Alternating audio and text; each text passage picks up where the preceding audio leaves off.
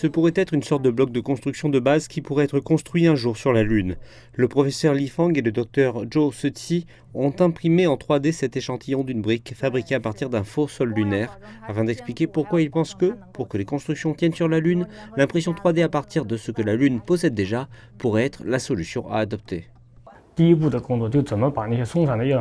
Nous en sommes à la première phase de notre travail, en espérant utiliser l'impression 3D ou une technologie similaire pour transformer le sol lunaire meuble en composants de génie civil, c'est-à-dire des composants dotés d'une certaine force mécanique et d'une certaine forme.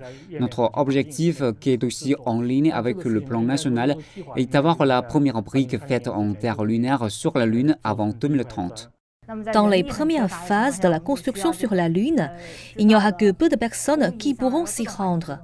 Et s'il y a une pénurie de main-d'œuvre, nous devons augmenter le niveau d'automatisation des processus de fabrication. L'impression 3D est naturellement parfaite pour cela. Elle est très adaptée. Mais même un hangar sur la Lune est encore bien loin. Le sol lunaire est meuble et il est difficile d'obtenir le niveau de cohésion dont un bâtiment a besoin.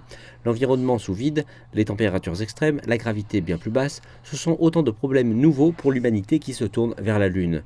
L'équipe a mené des études pendant 7 ans en utilisant un sol lunaire fictif. Mais bientôt, elle recevra de véritables échantillons de sol lunaire récupérés lors de la mission Chang'e 5. Le vrai sol lunaire pourrait faire toute la différence en fonction des avancées de leurs études. Avec des données réelles venant du sol lunaire, nous pouvons mieux comprendre sa véritable composition. Par exemple, nous pourrons alors améliorer encore la formule du lien.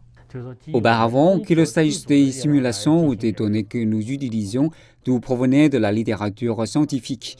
Mais le fait de pouvoir étudier nous-mêmes le sol lunaire, de mener nos propres expériences et recherches sur la base de nos propres données est très significatif.